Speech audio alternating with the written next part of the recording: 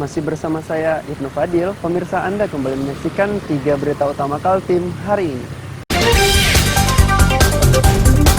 Kejaksaan Negeri Berau menerima limpahan tersangka narkotika dengan barang bukti 6 kg sabu-sabu.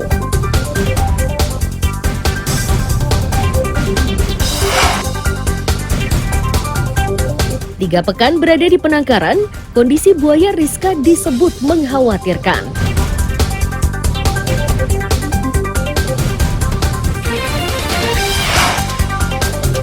Damkar Samarinda dan Damkar Pasir berlatih bersama di Posko 1 Samarinda.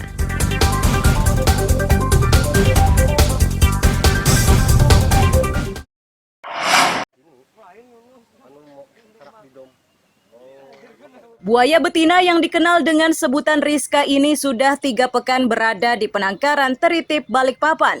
Ini terjadi setelah buaya tersebut direlokasi oleh Balai Konservasi Sumber Daya Alam dari Sungai Guntung Bontang.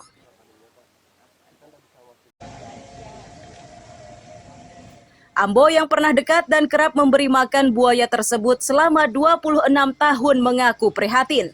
Itu karena fisik Rizka menyusut dan responsnya melemah. Itu diketahui Ambo saat memberinya makan. Tahu dia, Bu. Masalah kondisi Rizka sekarang ini sepertinya ada penurunan sedikit. Penurunan dalam hal apa? Dalam hal kesehatan maupun fisik maupun mental ya. Karena tadi kadang-kadang kalau di saat di sana kalau saya panggil sekali begitu dia langsung. Ini berapa kali, 3 kali, 4 kali tadi aku panggil baru dia ngerti.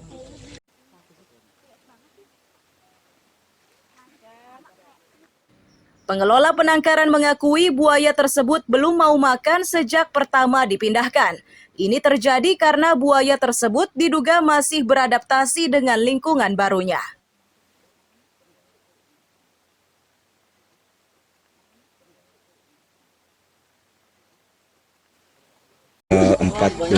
Si Rizka ada direlokasi ke sini saat hari Rabu itu, hari Seninnya kami ada kasih makan, kemudian hari Selasanya juga sudah kami kasih makan, kemudian 3 hari berikutnya kami kasih makan juga, tapi ya karena masih dalam masa karantina dan perjalanan jauh masih belum mau.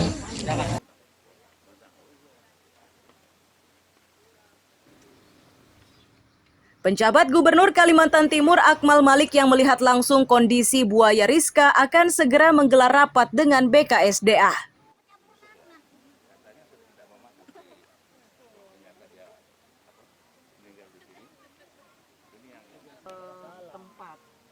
Sebagai binatang buas, dia juga berhak untuk hidup secara di habitatnya. Nah, ini kita carikan solusinya.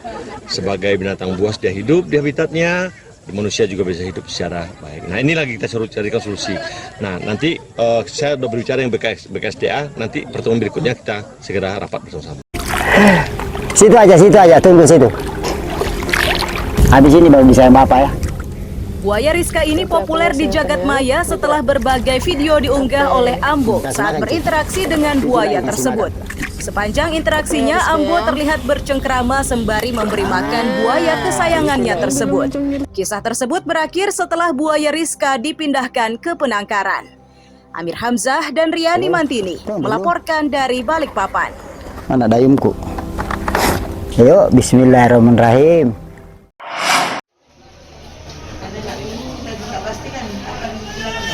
Pendataan manusia perahu di Kampung Tanjung Batu, Kecamatan Pulau Derawan ini masih dilakukan oleh Kantor Imigrasi Kelas 3 Tanjung Redep. Ini mereka lakukan bersama dengan Konsulat Malaysia.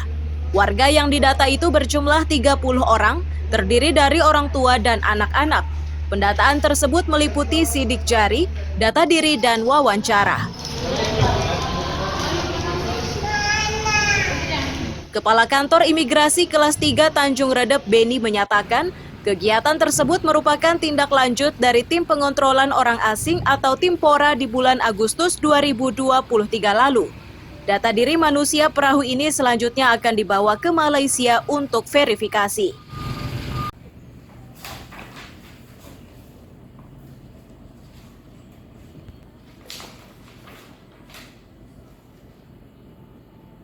Ini hasil dari rapat tim Muara dan operasi gabungan pada bulan Agustus yang lalu, di mana konsulat berkenan meninjau langsung ke lapangan dan mereka sudah mendata dan mengambil foto dari sidik jari manusia perahu yang ada di Tanjung Batu.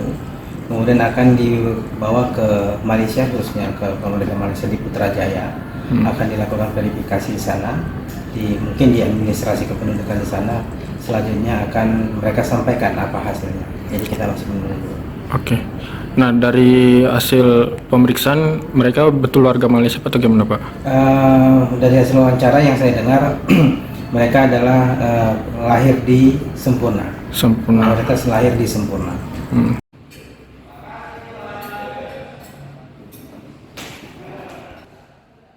Jika pendataan tersebut menyatakan manusia perahu ini benar dari Malaysia, maka imigrasi Tanjung Redap akan membantu pemulangannya dengan menggunakan paspor darurat. Amir Hamzah dan Miko Gusti melaporkan dari Kabupaten Berau.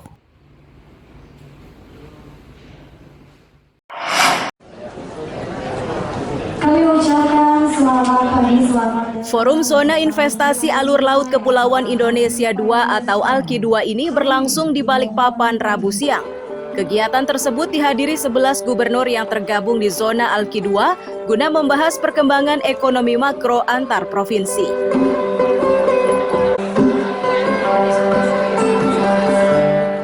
Penjabat Gubernur Kaltim Akmal Malik menyatakan forum ini sangat penting setelah Kaltim ditetapkan menjadi ibu kota negara. Di forum ini bisa dibahas pintu masuk IKN di masa mendatang. Itu harus dipikirkan karena IKN akan makin berkembang dan membutuhkan pintu masuk, mulai dari Balikpapan, Pasir, Penajam Pasir Utara, dan Kutai Kartanegara. Nusantara kepada dunia, di mana posisi geografis Kalimantan Kepulauan Indonesia dan transportasi dan pelayaran timur adalah tempat di mana ibu kota IKN, ya, dan pintu masuknya adalah dari Balikpapan. Ini Pak Ketua DPRD ada di dalam. Nah, nanti di dalamnya ada IKN yang diberikan otoritas. Tetapi nanti IKN itu kan menuju IKN kan semua melalui wilayah-wilayah buffer. Ada Balikpapan, ada PPU, ada Kutai, ada Pasir nantinya, yang semua distribusi kebutuhan di IKN itu kan ada di situ semua. Nah, artinya semua daerah ini kan harus duduk bersama dulu. Agar apa? Agar supply ke sana itu berjalan dengan baik. Tidak hanya supply, tetapi juga persoalan-persoalan yang ada di sekitar Komisi ke atas. Tidak mungkin tidak ada masalah. Terima kasih untuk antusiasnya, senang sekali melihat. Namun di kesebenarnya terlebih dahulu silakan Bapak yang di belakang. Sementara Otorita IKN dan Organisasi Pelayaran Internasional atau INZA menilai dampak pemindahan ibu kota negara ini tidak hanya menguntungkan Kaltim, namun peluang bagi 11 provinsi yang masuk ke dalam zona ALKI II. Mereka meyakininya karena perkembangan ekonomi akan terpusat di kawasan tersebut. Acara spesial kita, kami hormati para narasumber perwakilan dari Otorita IKN, Forkopimda. Ini adalah salah satu bentuk peluang karena ada 11 provinsi. Tinggal pertanyaan kami adalah teman-teman yang masuk dalam kawasan ALKI 11 provinsi ini mau jadikan IKN sebagai peluang atau tantangan, saya kembalikan. Karena sekali lagi kami tidak bisa berjalan sendiri tanpa support dari yang kami sebut dalam Undang-Undang 3 itu daerah mitra. Daerah mitra itu seluruh wilayah atau kawasan khusus di Kalimantan, tapi juga tanda petik teman-teman yang tergabung dalam kawasan ALKI II. Oke, jadi INSA harus hadir di Indonesia. Jadi kita tahu ya bahwa Indonesia adalah negara kepulauan yang hampir mustahil kita membangun jalan menghubungkan pulau dan pulau. Maka keberadaan kapal adalah sama dengan pentingnya jalan raya. Jadi kapal itu sama juga dengan infrastruktur. Kita nggak bisa bikin jembatan dari Sulawesi ke Kalimantan, maka kita butuh kapal. Nah, menurut INSA sendiri Balikpapan ini kan kalau untuk ALKI II masih terkendala di pelabuhan ya. Gimana tuh Kak anggapannya? Oke, sekarang ini sih kita tidak bicara kendala. Ya, pelabuhan itu yang ada di Balikpapan sufisien. Kita punya Karyangau, kita punya Semayang, kita punya pelabuhan Pertamina, ada juga Tersus dan TUKS di dalamnya ya. Tapi yang kita mesti perhatikan adalah tadi dengan penambahan sekitar 1,8 juta penduduk, maka saya sih nggak pikir ini cukup. Dan spesial pada pagi hari ini. Jalur laut Indonesia ini terbagi menjadi 3 zona, yakni zona 1, 2, dan 3. Khusus Alki 2, jalur yang dilintasi adalah Laut Sulawesi, Selat Makassar, Laut Flores, Selat Lombok menuju ke Samudra Hindia dan sebaliknya. Amir Hamzah dan Riani Mantini melaporkan dari Balikpapan.